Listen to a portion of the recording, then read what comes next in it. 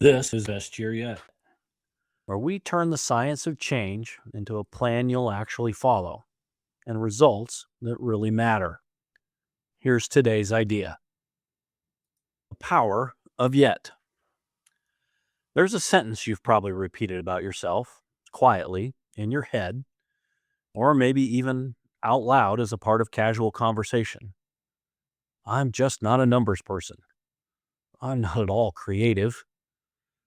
I'm not a morning person. I can't run a 5K. It sounds like honesty, just realistic self actualization.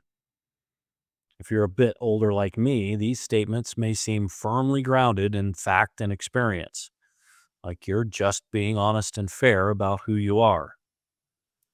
But researchers have found something unsettling about sentences like this, particularly when they're verbalized out loud.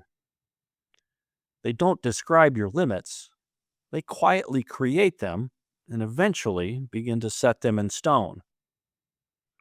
There are really two ways to see your own ability. One says your intelligence and talent are basically fixed, a set amount you were handed at birth. The other says they're more like muscles, real, but able to grow with effort.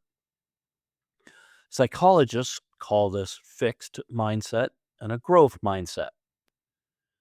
And which one you carry shapes almost everything about how you see and interact with your world. In 2007, the psychologist Carol Dweck and her colleagues followed a few hundred students into junior high, that point at which the work gets hard and the grades start to matter. At the start, they asked a simple question of each student: what they believed about their own intelligence. Is it fixed, or is it able to grow? The students who believed it was fixed leveled off and drifted down. The ones who believed it could grow climbed semester after semester. Same school, same teachers, same starting scores. The only difference was that they believed whether or not they could change and grow. Now, maybe you're thinking that's just kids and gold stars. But here's where it starts to matter for you and for me.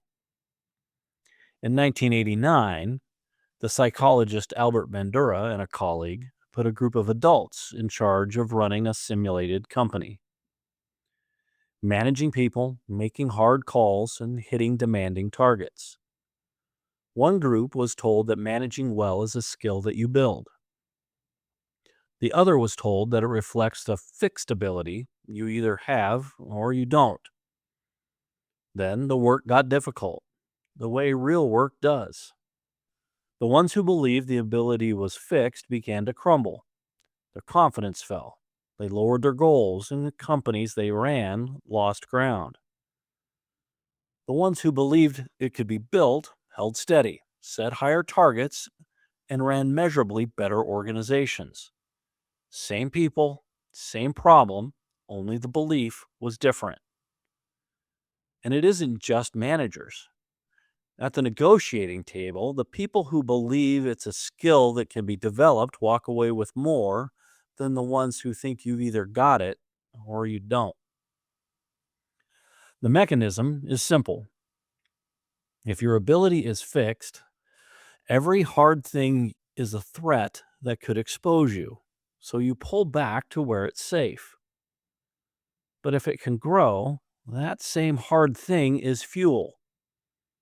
The struggle isn't proof you've hit your limit, it's the feeling of moving past it. This is the idea at the heart of Best Year Yet. Most of what holds a person back isn't lack of talent, time, or even planning. It's a belief, a quiet sentence running underneath everything. Like, it's just too late for me. That simple passive thought we make a fact. Best Year Yet calls these limiting beliefs. And the whole method turns on one move.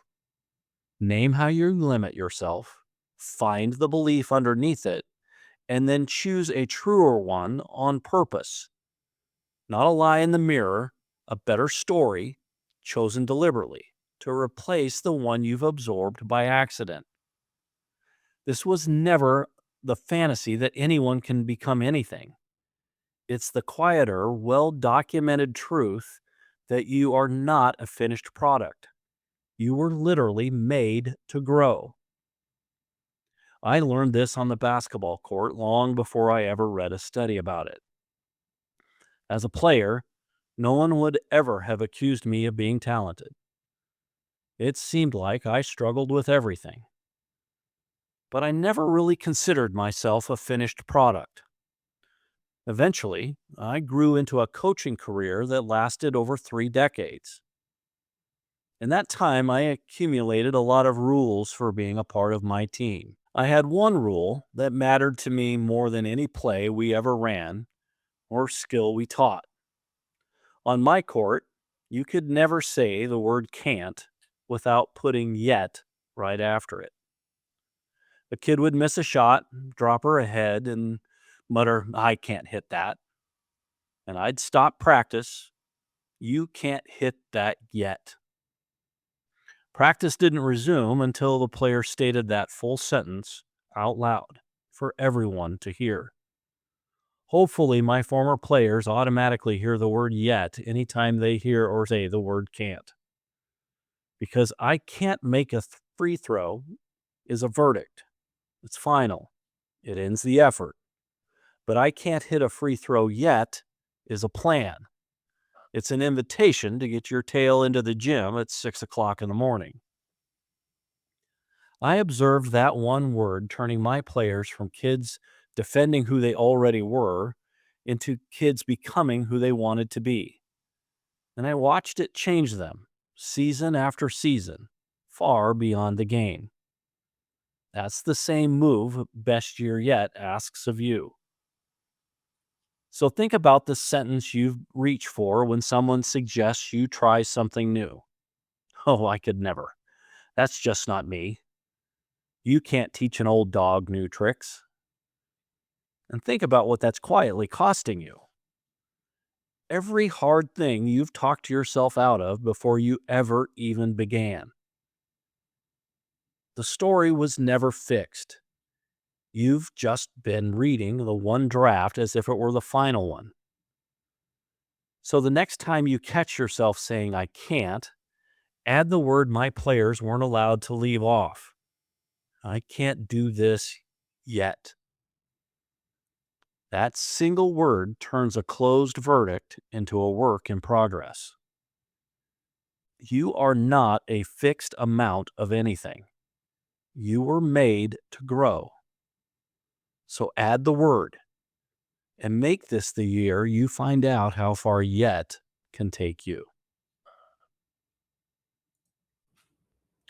If this helped you identify where a fixed mindset might be limiting you, do 3 quick things. Give it a like, subscribe to our channel so the next idea finds you, and then share it with someone whose mindset might be limiting them. As always, thanks for listening.